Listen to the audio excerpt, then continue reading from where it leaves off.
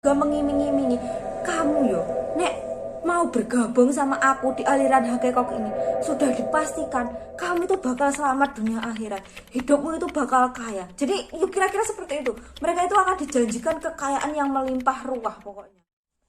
Assalamualaikum warahmatullahi wabarakatuh. Terima kasih udah ngeklik video ini. Aku Nurul Pujiati dan selamat datang kembali di channelku.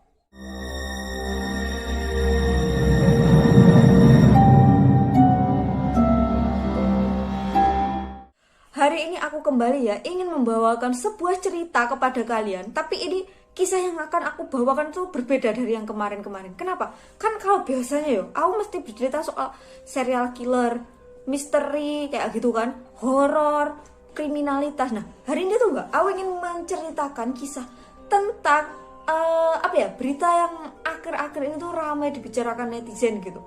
Jadi gini, pada tanggal 11 Maret lalu, warga masyarakat Kecamatan Cigelis, Pandeglang, Banten melaporkan ke pihak berwajib tentang adanya sekelompok orang yang mengadakan ritual mandi bersama alias mandi berjamaah di tempat penampungan air milik PT GAL, dan ini tuh terjadi pada siang hari. Lo nggak habis pikir. Nah, otomatis kan polisi terus bertindak ya. Jadi polisi ini meringkus 16 orang yang terlibat acara mandi bersama ini. Jadi 16 orang ini terdiri dari 8 laki-laki, 5 perempuan, dan 3 anak-anak. Nah, pemimpinnya ini bernama Bapak Arya yang berusia 52 tahun kalau nggak salah. Jadi mereka ini diringkus atas dasar ini tadi, laporan warga yang merasa resah gitu ya. Mereka ini siang-siang bolong mandi di rawa-rawa di tengah perkebunan sawit di penampungan air milik PT GAL ini. Nah, setelah selidik ya, ternyata mereka ini adalah anggota dari salah satu sekte, kalau bahasa luarnya itu sekte gitu ya, kultus gitu, aliran. Maaf ini agak lucu nyebutnya itu, maaf ya, hakekok. Jadi nama alirannya itu hakekok. Nah, kalian pasti tanya-tanya loh, hakekok ini aliran apa? Jadi gini, akan aku jelaskan apa itu sebenarnya hakekok. Jadi aku tuh udah membaca beberapa artikel untuk menganalisa ya, apa sih hakekok itu. Jadi gini, ini dilansir dari historia.id ya.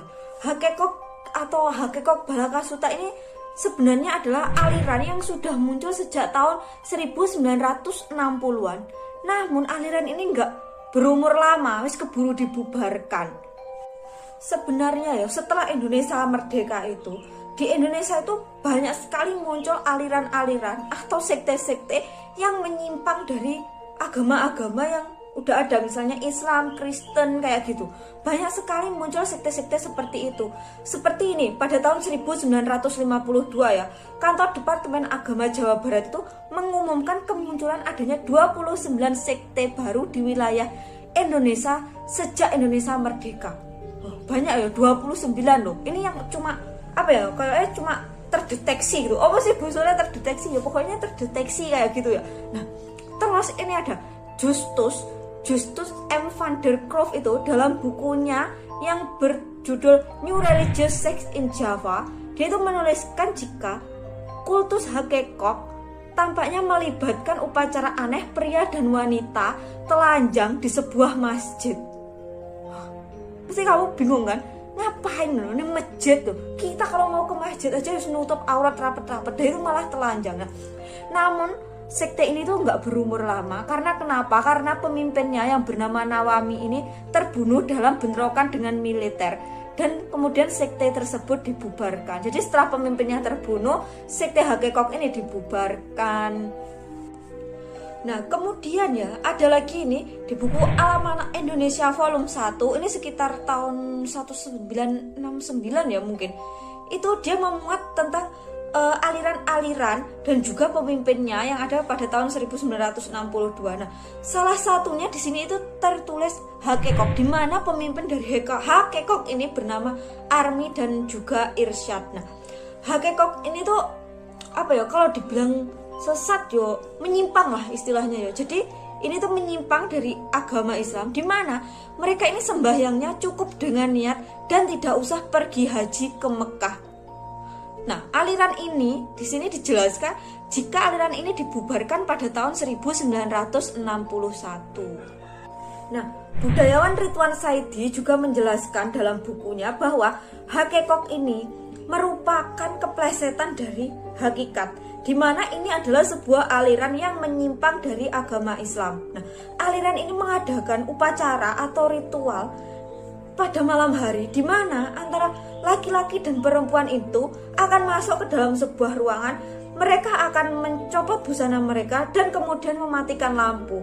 Nah, ada yang mengatakan juga jika hakekok ini dulunya itu memperbolehkan pengikutnya itu untuk berganti-ganti pasangan kayak gitu. Misalnya si A, si B, si C gitu. Nah, nanti boleh tuker-tukeran pasangan kayak gitu. Jadi ini kan sudah jelas-jelas ya menyimpang dari agama yang aku anut, Islam kayak gitu ya. Pokoknya menyimpang dari agama Islam kayak gitu. Nah, diketahui juga selain adanya kayak apa ya, saling bertukar pasangan kayak gitu ya, hakekok ini juga dia itu menyembah Semar. Kalian tahu kan Semar, tokoh pewayangan yang itu loh, Punokawan itu yang sebagai guru besarnya. Nah, hakekok itu menyembah Semar. Pemimpinnya itu mengatakan jika Semar ini akan datang ke tempat atau ke kampung-kampung anggotanya ini untuk memberikan petuah dan juga berkah seperti itu. Jadi mereka ini mempercayai adanya Semar itu yang memberikan berkah. Nah, kan tadi katamu pada tahun 1961 hakekok udah dibubarin dulu. Oh iya gini, jadi pada tahun 2009 ya, hakekok ini tuh muncul lagi gitu.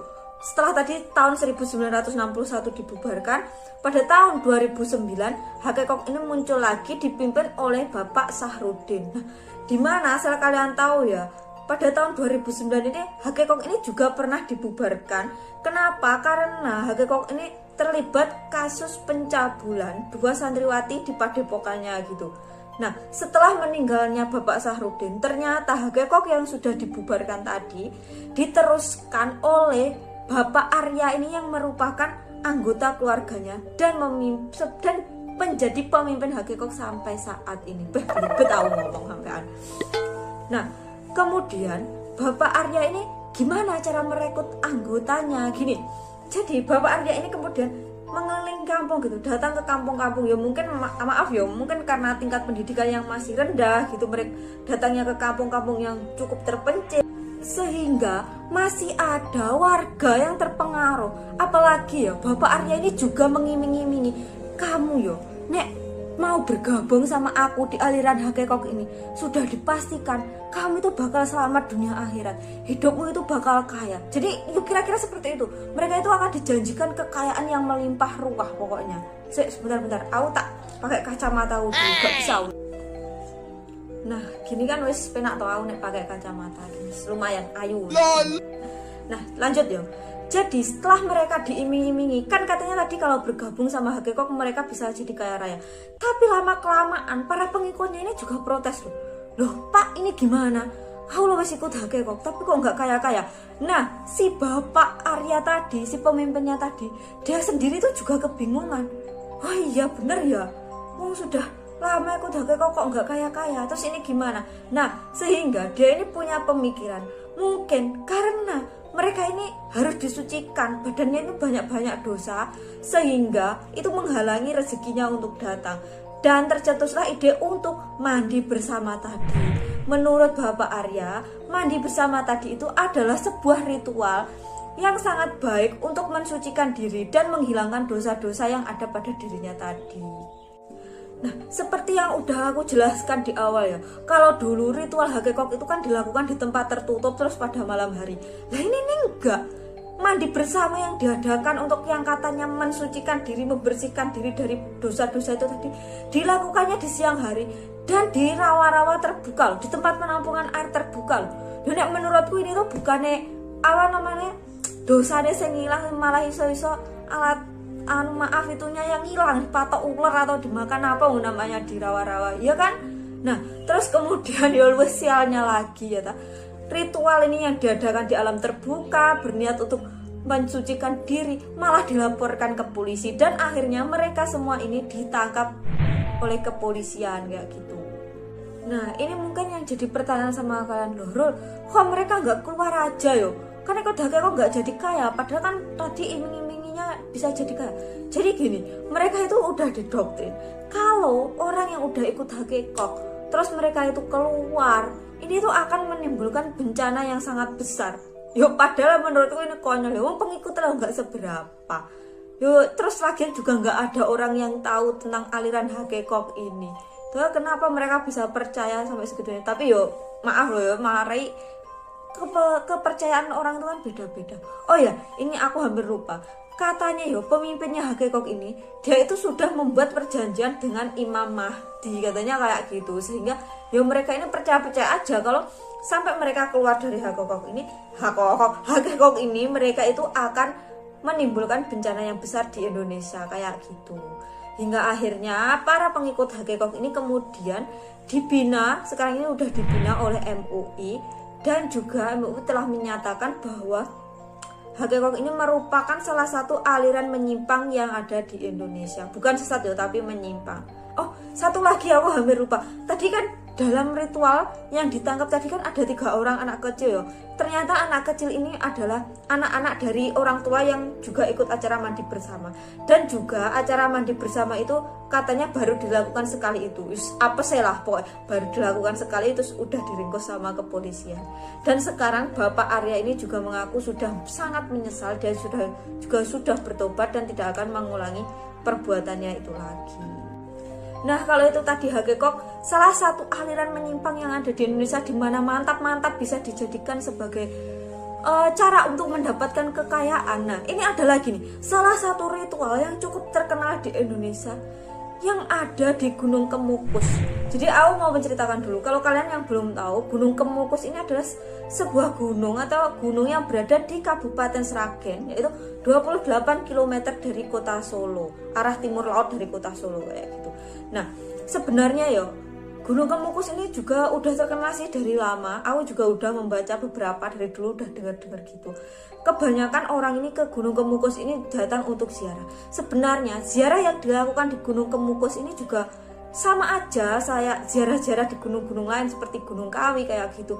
Cuma bedanya kalau di Gunung Kemukus ini ada salah satu ritual yang berhubungan dengan swadikap.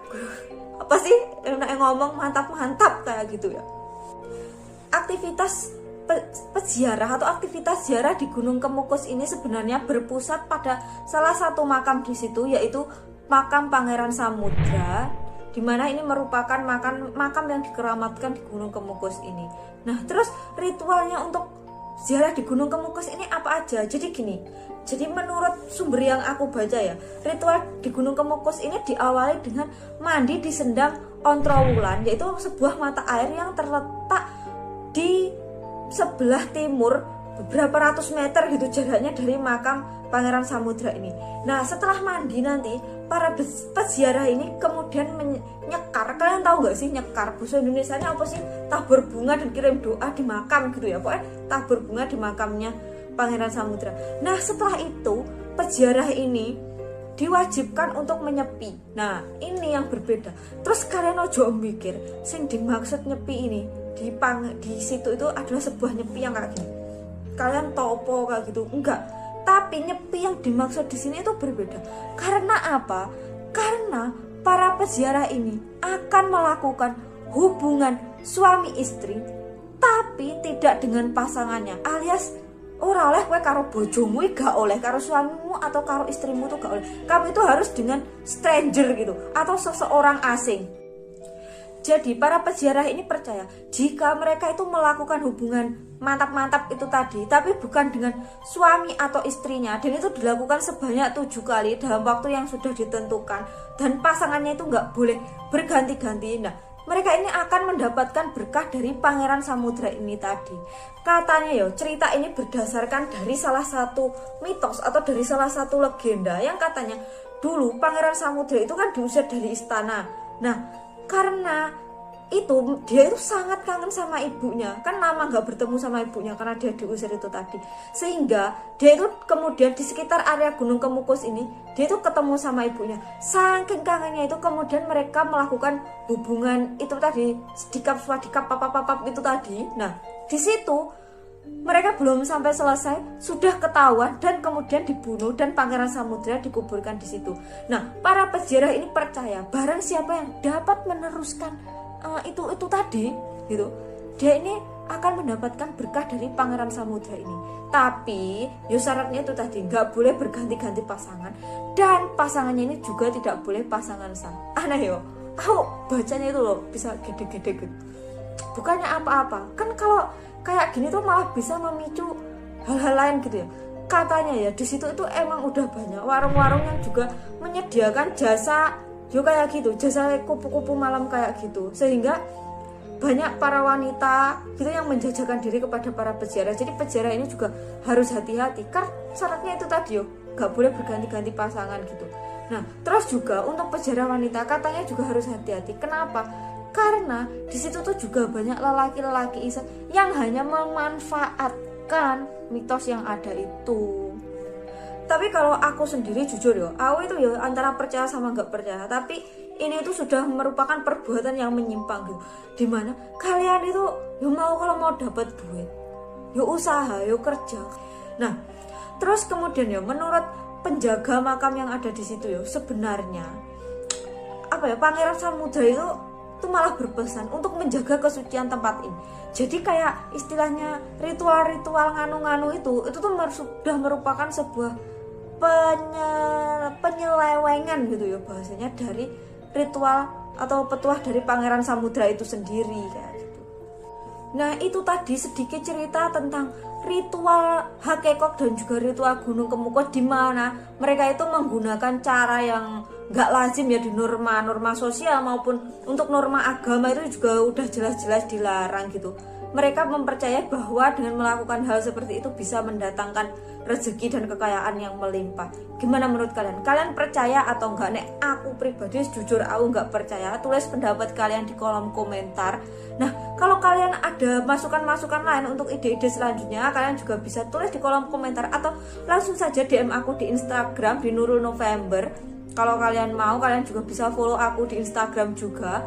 Nah, jangan lupa untuk like video ini dan jangan lupa subscribe dan bunyikan loncengnya agar kalau aku mengupload video sewaktu-waktu kalian tuh nggak ketinggalan video aku yang terbaru.